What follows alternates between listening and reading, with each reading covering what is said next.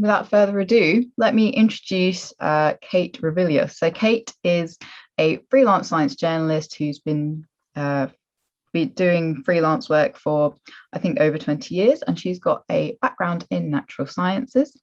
And her work has been published in places like New Scientist, Nature, and The Guardian, to name a few. So welcome, Kate. We are really excited to talk to you today. And I guess maybe just a quick overview of who you are and how you got into freelance science journalism. Oh, thanks for having me. It's lovely to be here, and it's really lovely to talk to other people who are enthusiastic about science communication. So, yeah, I started out about just over 20 years ago. And at the time, I was doing a PhD and doing it badly, perhaps. So I was researching into climate change, and it was really fascinating work. But I realised that I didn't have the kind of patience and dedication required for research, but I was still fascinated by science and other people's discoveries. And during my PhD, I went on a course that was run by my funding body, which was all about how to communicate science more effectively. And when I was on that course, we met other journalists, and I thought, I really like what the journalists are doing. They're talking to scientists and then getting that out there to the general public. And that's what sparked my interest in, oh, I think communication is what I really want to get into. And I want to stick with science because I'm fascinated by the new discoveries and the kind of people who are doing this work, but I'm not cut out to be a scientist. And it dawned on me that I was in the wrong place. But I was far enough into my PhD that I thought, I'm going to finish this PhD. I've worked hard and I'm going to get it done. But in the last year of my PhD, I started dipping my toe into science communication by just offering to write for my university newsletter, for my funding body magazine. So sort of just experimenting. And I'm old enough that I started out in the days before things like blogs were commonplace. So, but if I was doing it now, I'd probably be looking at, creating my own blog. So it's that kind of thing of dipping my toe in and just warming myself up to this idea and seeing if I could do it. And that's kind of where I started from. And then from there, I discovered it was something I loved doing, and so that's how I got going. So why did you choose, freelancing over working for an organization? What made you take that route? Well, I think initially it's if you haven't done a degree in journalism and you haven't got the right background necessarily, uh, I wasn't going to be able to apply to a job, a science journalism job, and get it. So I was starting out in that position of, I've got a science background, but I haven't got the journalism skills that will get me the job. So it was a default to start out trying to do freelance. But as I was doing this, I started to realize that for me personally, I kind of like being my own boss. I like choosing the stories that interest me rather than being told, will you write about this, that, and the other? And I like the flexibility of being freelance. And there have been times, for a short while, I did some cover at the Guardian science desk for about 6 months.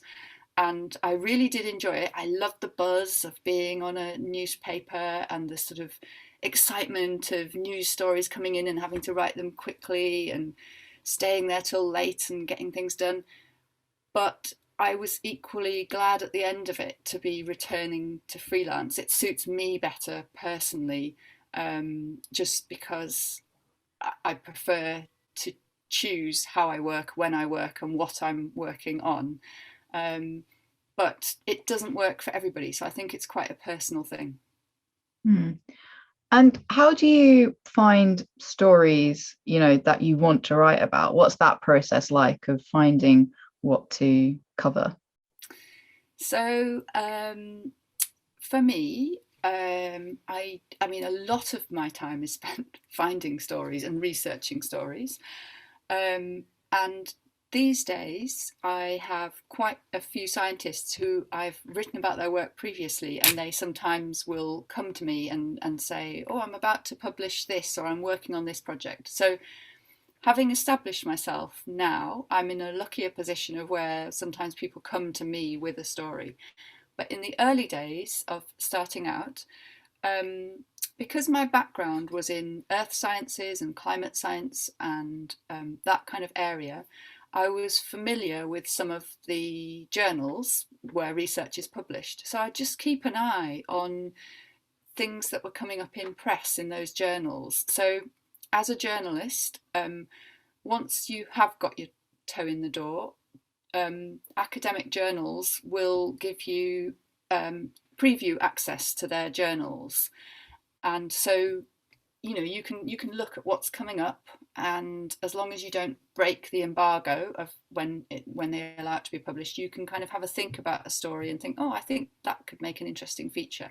So definitely looking in journals, and particularly the ones where I can sometimes my background helps me to see that there's a story there where it might not be obvious to somebody who doesn't come from that background. So I'd sort of select the journals that weren't absolutely obvious. So I know that the science desk reporters are already going to be looking at Nature and Science and PNAS. So there's not much point in me looking at those journals. I tend to look at the journals that they're less likely to look at. So that's one source. And then the other thing I do is I live in York, and we've got two great universities here. And often they'll have seminars and conferences and talks. And they're usually very welcoming about letting me, if I just ask the person who's organising it, do you mind if I come and sit in on this talk? That's a great way of just finding out what's going on in that field, what somebody's working on.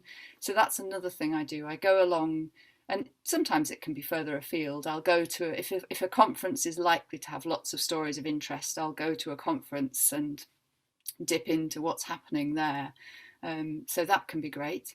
And then, like I say, I sort of have contacts with some scientists, and I just think they're working on interesting stuff. So you drop them an email and just say, have you got time to have a chat with me and tell me about what you're working on? And a lot of the time, in fact, most of the time, scientists are really willing and to talk. They're lovely people, and they like the fact that someone else is interested in what they're doing. So that's another way of finding stories. Brilliant. And you said, now you've got your toe in the door, you can, get access to different stories. But how did you get your toe in the door, first of all? So yes, it did take quite a while and quite a bit of perseverance. Um, so as I said, when I was doing my PhD and finishing it off, I started out by just contacting. There's quite a few publications that are actually looking for stories and don't have a big budget, but they want interesting content.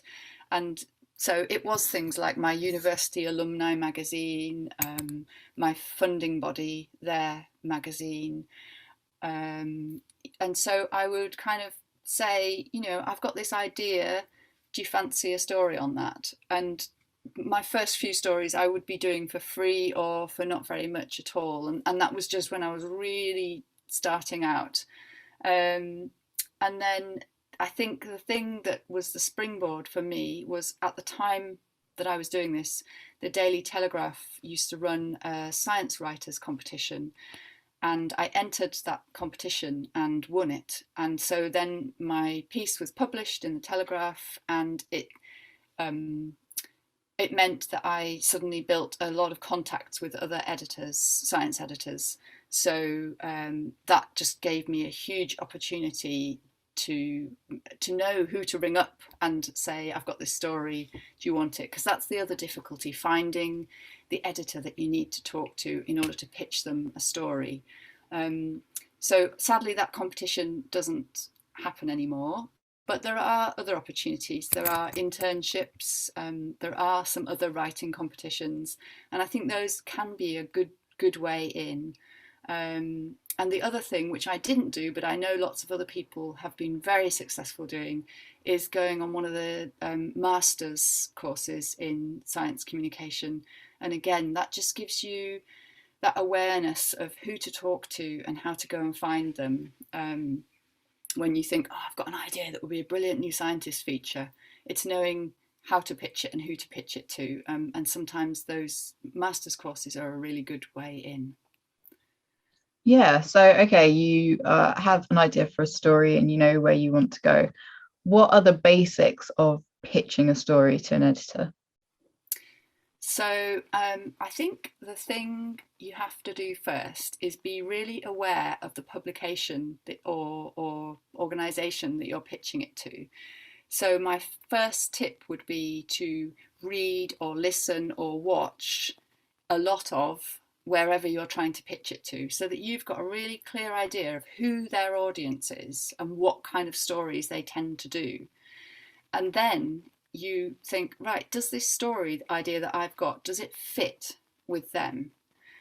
And how do I angle it so that it suits their publication? So by making yourself really familiar with the publication or organisation, you then write yourself a little pitch. Now, a pitch would be, when I'm writing a feature, a pitch is probably no more than 1 page, and it essentially lays out the structure of the story that I've got in my head. So you're trying to tempt the editor, but you're showing them that you've got a nice structure of a story. So you're giving them a really brief introduction, a little tiny bit of background, and then you're telling that thread of the story just in bullet points, really. And in there, you are demonstrating to them why their audience is going to be fascinated by this story. And you're also telling them, if you've got any other resources, like, oh, there's some really good photographs or there's some really good film footage that goes with this. You're telling them about any of the other sort of temptations that go with that story. I could go and visit the scientist and get first-hand interview with them. So you're laying out on a plate for them why they're going to really want this story and it's going to be brilliant for their publication. And then the next thing you've got to do is find exactly who to send it to. So the best thing to do there is ring up the publication and just say, I've got a story about X, which editor should I send it to, and can you give me their email address or phone number? And just, you have to be a little bit bold and a little bit pushy sometimes, but it is really important it goes to the right person. Otherwise, these things sometimes just disappear into the ether. So let's say for you personally, you've got a story that you're going to write. What does the average workday look like for you in that situation when you're on the story? So my workday, I mean, that's one of the challenges, I think, is it's balancing that you might have more than one story going on at once. And sometimes I'll be working on a news story which has to be done by the next day, or by this afternoon even. And at the same time, I'm doing a feature which might take me 3 or 4 weeks or more.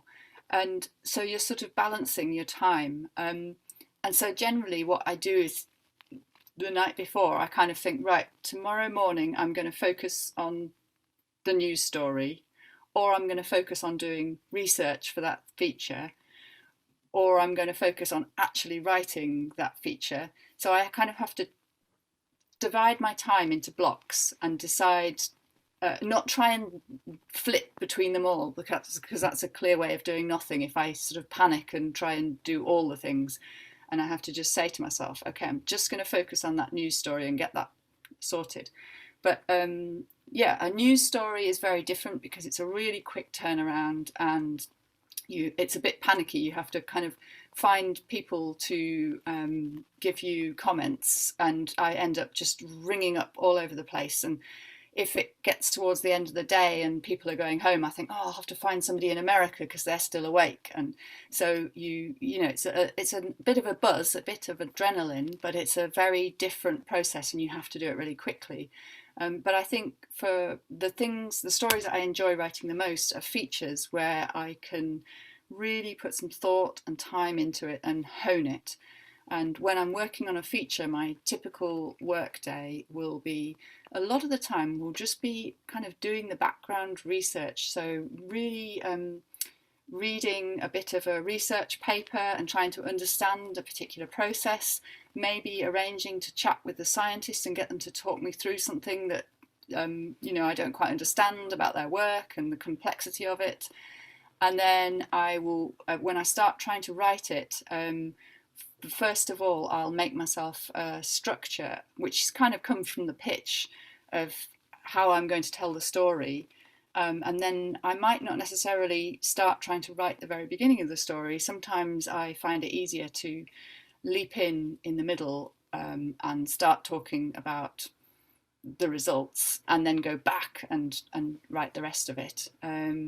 So yeah, I divide my day into chunks and I make sure that I kind of have an aim of what I'm doing with that chunk of time. But a lot of it, like I say, is actually doing research or ringing up people and talking to them. And surprisingly small amount is sometimes doing the actual writing. And have you ever struggled with writer's block in any of your stories?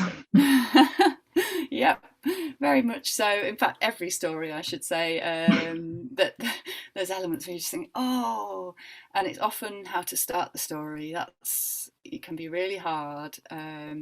Or I write a beginning to a story and then I just realised that it doesn't quite fit, but I'm really loath to throw it away because I spent so much time writing this introduction, and then I think, oh, and then sometimes you have to kind of go, no, it doesn't fit. I'm going to have to go back and rewrite it, and it feels a bit like wasted effort, but it isn't, because writing the thing that didn't turn out to be right was part of the thought process, and so I sort of accept that when I write, particularly with features, there's a lot of writing that I end up having to throw away, and it's part of the process of writing this feature is writing twice as much as I need to and then having to hone it all down. And that is another huge part of the writing process, is actually deciding what to chuck away and editing it all down.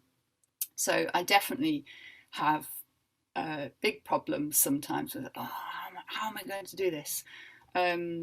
And my tactic usually for overcoming this is just going, okay, I'm going to forget that segment of the story for a while. I'm going to leap to another segment and I'll come back to it. And so I think by not always trying to write the story from start to finish, but by allowing yourself to go, okay, I'm going to go and start thinking about describing how the scientists collected this data, or what kind of adventure they had, and then I'll come back to the other bit. It just gives you the freedom, and sometimes just having a break from thinking about something, sleeping on it, can really help. Yeah. And what you said, you love working on features, so what's your favorite piece of work that you've ever worked on? This is a really hard one, but my favourite pieces to write are always when I get the opportunity to actually meet the scientist and to really see the work they've been doing. It's such a privilege to meet people, and they're the most fantastic and fascinating people often. And if I go and see the work that they're doing as well, it's just really exciting. And so those are my favourite pieces to write. And I every so often write pieces for Archaeology magazine, which is the Institute of America's magazine. And it's lovely because they almost always send me off to meet the archaeologist and, if possible, see the excavation they're doing. So I love doing those pieces. And my favourite piece that I've done with them was quite a long time ago now. They sent me up to the Isle of Lewis, which is in the Outer Hebrides off the west coast of Scotland. And they sent me because I said, I'd done some rock climbing before, and they had this story where the archaeologist had been using ropes to go out onto these little sea stacks and look for the archaeology on the sea stacks. So I said, yeah, okay, I'll go and have a look on these sea stacks. So it was really exciting, and met this fantastic archaeologist who lived out on this wild bit of coast, and he took me over to one of these pinnacles, and we had to abseil down and then scramble up onto a pinnacle.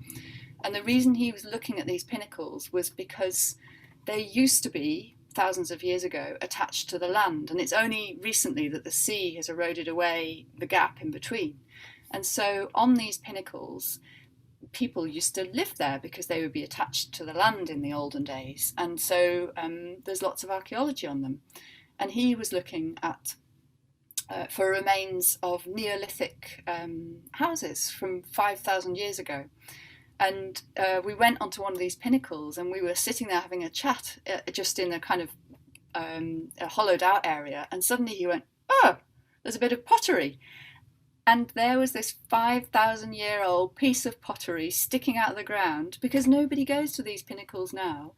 And it was just magical. And for me, it was such an eye-opener to think that our landscape has changed so much over time. And not only that, that I discovered these people were living in what seems like a wild and remote place.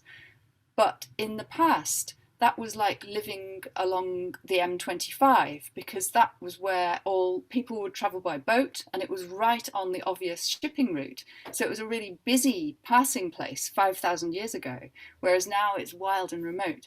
And I just loved the way that it changed my whole perception of the landscape. And it was such a privilege to meet him and to go there and see his work. And so I think for me, when that happens, that then is reflected in my writing, and those are the pieces that I enjoy writing the most. Fantastic. That must have been an amazing experience. So you obviously, you have your background, and you write sort of within that background, but how important is your niche to being a science journalist? And are there going to be times, have you had times where you've had to write about something which you're not so expert in, or do you like to stay within your area of specialism? Yeah, so I think you don't have to be a science specialist in order to be a science journalist. And funnily enough, I sometimes think my better pieces of writing are the ones where I don't necessarily have much of a background or an expertise, because I'm better at asking questions that my audience would be likely to ask, and I'm less sort of involved in the subject. So, and there are plenty of science journalists out there who don't have a science background, and they're very, very good science journalists. So it's definitely not a necessity. However, I think my science background and my sort of area of specialism is helpful in helping me find stories that other people might not find, because I can kind of read between the lines on a research paper and think, oh, that's interesting, but it's not obvious to everybody else necessarily. So it has an advantage, but I have to be careful with that advantage, because I realise that I can sometimes take for granted that everybody else knows what the moment magnitude scale is, and of course they don't. If you're not from a geological background, then you won't. So I certainly don't exclusively write within what my background is. I write pretty much about any science. I tend to avoid medical sciences, just because I do feel out of my depth there, and there are plenty of other people who are doing that better. So yeah, but I write about anything, and even when I feel a bit out of my depth, scientists are so willing to take the time explaining things to me, that it comes right in the end. Some pieces have been more challenging than others, but with the help of experts, it comes right in the end. And how have you seen the field of science journalism change since you've been in it? What is it like now from when you first started? So I think it's changed an awful lot in 20 years. And most of that change is, of course, to do with the internet, and the way that we consume news, and the way how much we're prepared to pay for news. So when I started out, it was much more the days of traditional media where people would still buy newspapers. That seems quaint now. And people didn't, online news was kind of only just getting going. And social media wasn't a thing. So there's an awful lot of change. And I think as a result, the media landscape is more challenging. If to get started in journalism is more challenging because people expect to consume their news and their media for free online, and I know that so many organisations are, struggling to keep afloat. So it's an interesting moment. But having said that, it also means there's sometimes more room for specialism and niches. So when I started out, you just had your kind of main newspapers, and they didn't always give much space to science. Whereas nowadays, there is so many more places where you could possibly publish, and there are niches for every interest. So I think in some ways there are more opportunities, but at the same time it is more thinly spread, and it's more challenging to make money from news and media. But and then yeah, I suppose the other big change is when I started out, I didn't really feel like I had to make myself into a brand. I just had to do a good job. But nowadays, I feel like it's expected that journalists often have to kind of promote themselves and become a brand and have an opinion, and there's an expectation that you'll use social media and build up your profile that way. And that wasn't something I had to worry about or think about when I started out. Whereas nowadays, I think it probably is quite an important part of getting yourself known. And it can be really challenging to do that alongside trying to get into journalism, to sort of be saying the right things on Twitter and putting out, the right feelers. Yeah, and that's something I don't feel very skilled in, but I can see that it is a part of that. Hmm. So moving on to sort of the logistics of being a freelance science journalist. So obviously as a freelancer, you are self-employed. So what sort of things do you need to think about besides actually, writing a story and finding work? What are the other bits to, being self-employed and essentially being a business do you have to take into account? So, I mean, the other side of things for me is if you're self-employed, you have to do your own accounts. You don't get any sick pay. You don't get any holiday pay, so I suppose you have to be quite disciplined. And there is that downside that you're not going to have that support support net if things are going wrong. So there is a bit of a feeling of exposure if you're self-employed, and certainly through the pandemic that came home to me. Although there was generous sort of grants and so on available, I still had that feeling of it wasn't like colleagues who could say I'm on furlough and therefore I can homeschool my kids. In my case, I really felt this pressure of I've got to homeschool my kids and try and keep working at the same time. Partly because I think as a freelancer, it's easy to get forgotten if you don't keep your foot in the door. And so there's this feeling of I really can't step off the pedal for a while. And I felt that also when I had my children. I didn't really feel like I could take very long on maternity leave because it's too easy to get forgotten. So there are challenges with being freelance, as well as those benefits of being your own boss and writing about what you want to. And I think so it's something that's really worth weighing up what kind of person you are and whether you feel comfortable with some of those challenges that I've mentioned. So particularly the not having holiday pay, not having sick pay, not having a pension for you, all of those kind of things you have to think about for yourself and make a bit of provision for yourself. So one of the things I've always done is to try and have put a little bit of money into a slush fund that I just keep there. So I've kind of got enough to live on for 6 months if, I don't know, I break my right arm and really can't work for a while, or anything happens. So it's those sort of things that you perhaps have to think about a little bit harder than if you went into a conventional job. Mm. And I think one of the things I see a lot with freelance writers when they're first getting started is, how do you price yourself? How do you, you Mm. know, say this is how much I want for the story? I guess in like freelance journalism, how does that process work? Is it per hour or per story? What's that Mm. like?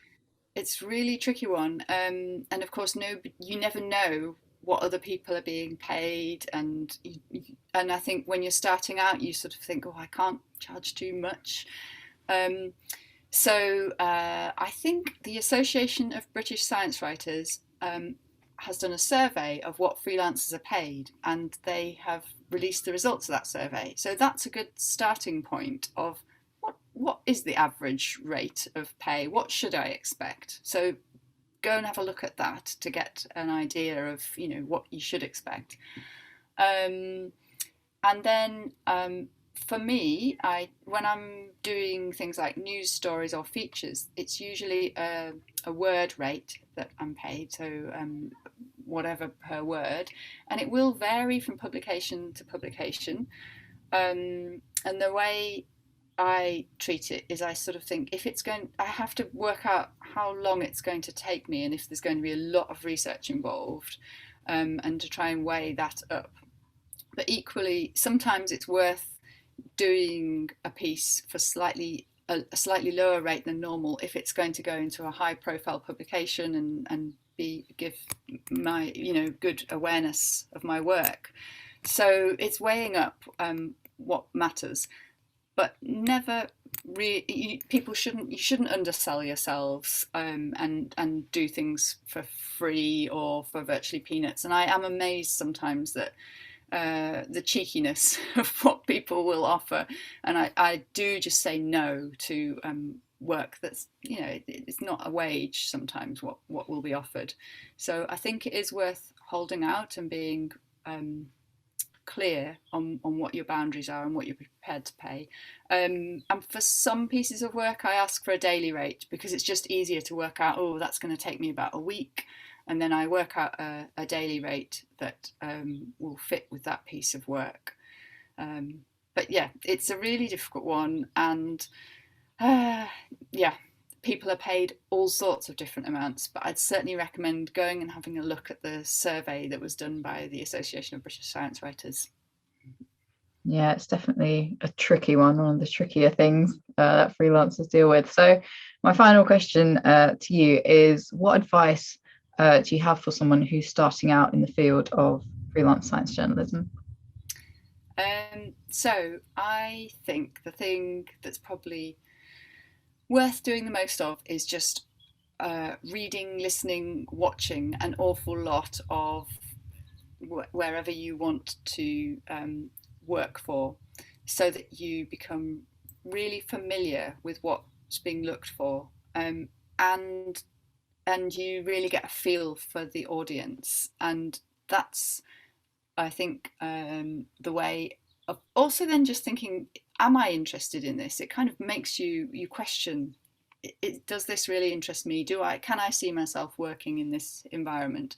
So do a lot of reading around and listening around of the kind of things, places you want to work for. And then it's just a matter of giving it a go and being a little bit, you just have to be a bit bold, ringing up people and putting yourself out there and going to conferences and things and making connections. And it is tough, And certainly it took me about 2 years to get myself established. So you do have to expect that it's going to take a bit of time. And but it's a really rewarding and lovely job. And so if you feel like it's something you really want to do, then give it a go. Fantastic. Thank you so much, Kate. That was great. We're going to go to some questions now. So I'm seeing quite a few questions in the chat, which is lovely. If you want to ask the question yourself, you can let me know in the chat now, just by saying question. Otherwise, I'll start off with the questions. And of course, if anyone has any in the next few minutes, put them in the chat and we'll try and get around to them. So I think the first one we have is from Julian Nunez Gonzalez. I hope I got that right, sorry. He said, the hardest part of writing a piece is always the introduction for me. Any advice or strategies for writing the perfect introduction? I agree. The hardest part is the introduction. And I almost never manage. What happens is I write an introduction, but I almost never keep that introduction. So I think introductions are something that you need to kind of mull over. And so what happens is the first time when I'm starting out on a piece, I almost am writing a placeholder introduction. I know it's not going to be the introduction that I keep, but I just write it to get into the flow. And then I keep writing and get the rest of the piece written. And then it's almost at the end where I come back and I think, and then I have a rethink of the introduction. And so I think it's one of those things that you have to accept you're going to write the introduction more than once, and that doing that placeholder one that isn't very good, but you just do it to get into the flow, is the way I get started.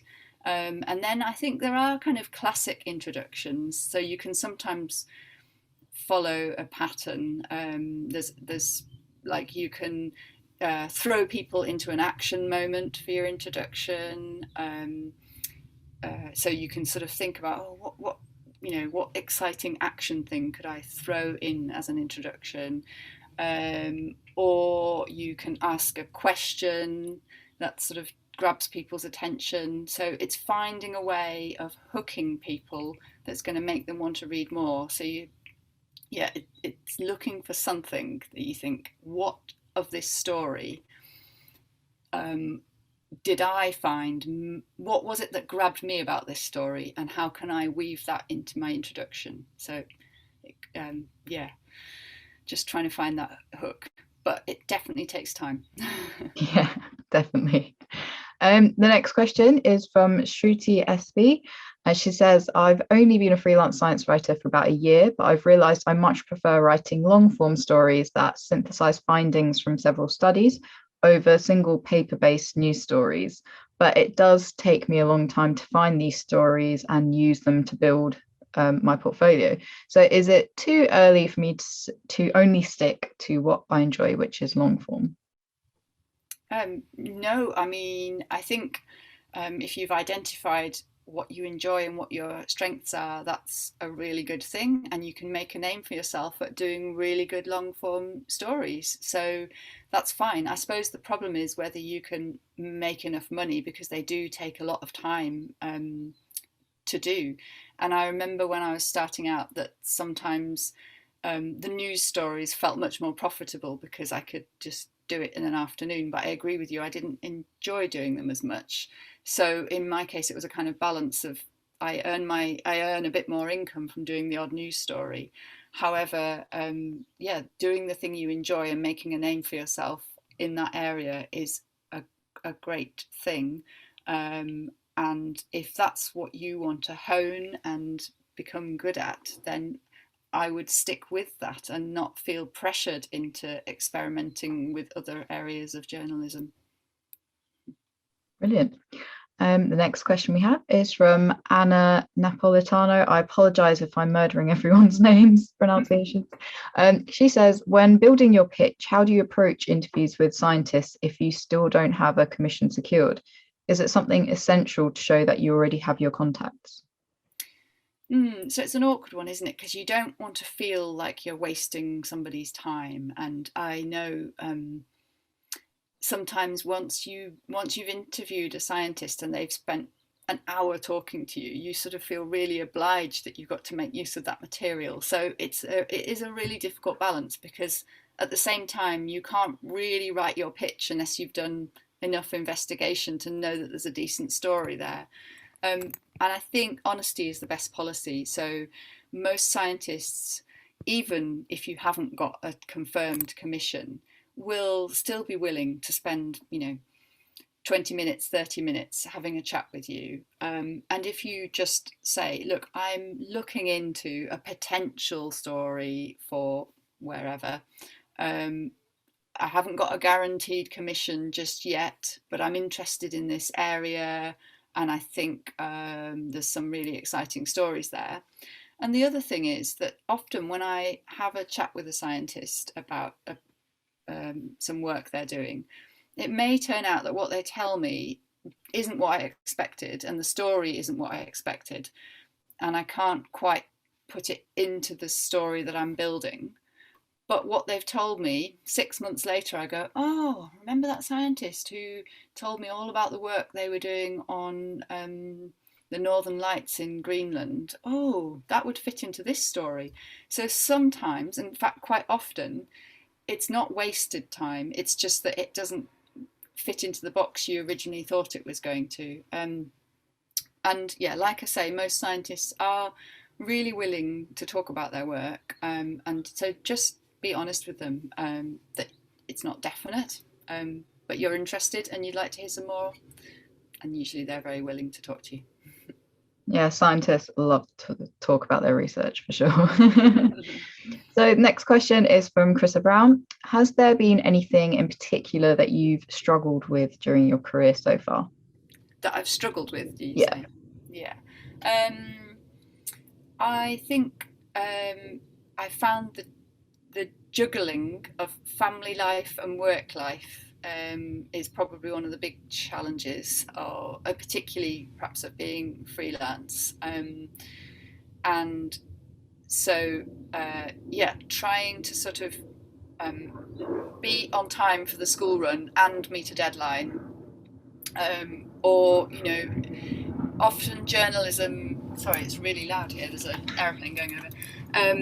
Often journalism strays into the evenings, and that's family time. So I do find the work-life balance quite hard to juggle at times, and have to put boundaries on that. And that's one of the reasons I personally don't like doing news stories very much, because they can push more into family time and have deadlines that are awkward, whereas I find features more manageable. So yeah, for me, that challenge has been the balance of work and life.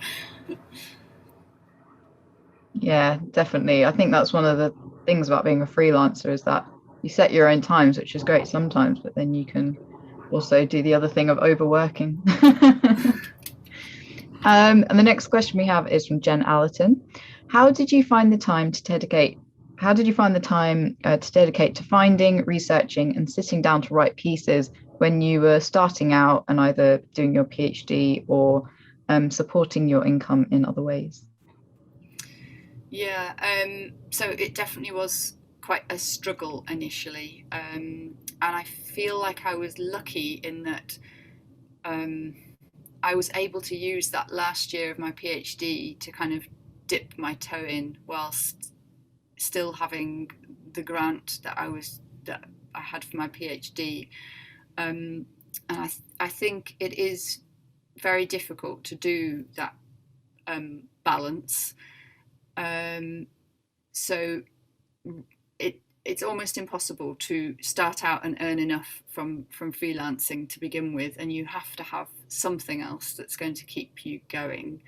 I suppose the thing to do is to try and find something else that actually complements or helps you build the career you want to build. So in my case, it was doing the PhD was still useful as well. And I also did do a little bit of editing work for scientific journals who wanted papers just checking for English language for scientists who are you know non-native speakers. So sometimes finding a little bit of work like that can just help tide you through if you look out there for that kind of thing. Yeah, definitely. It's definitely hard to sort of jump in and get things which you can live off income wise. So it's definitely, when you're starting out, I think finding things which you can do whilst you're trying out your freelance, and then as that develops, then that is like takes over from the other things, I guess. Yeah. I think one last question from me is, if you're on the other side of the aisle, so if you're a scientist and you want to have your work covered and talked about, how do you go about reaching out to journalists about covering your research? Yeah. So it's funny because I think a lot of scientists feel quite intimidated by doing this, and it is an intimidating arena in that you never know how you kind of having to let go of your work, and you don't know how the journalist is going to spin it and what angle they're going to put on your story. So for scientists, the first port of call is probably the press office, and hopefully they would help you put together a press release. But it's also like I've said, I've built good relationships with some scientists, and so I think it can be really helpful to have a trusted relationship with a journalist where you can do things two ways. Either you have a story that you want to be covered in as many places as possible, in which case you go to your press office and they do a press release, and hopefully lots of places will pick up on that story. Or you might think, I've got this story and it's not that I want it to be everywhere. I want it to be covered really well in depth by somebody that I trust in a kind of long form feature. In which case, it's not a general press release that you want to do as a scientist. You want to find a trusted journalist and a publication, and you push it that way.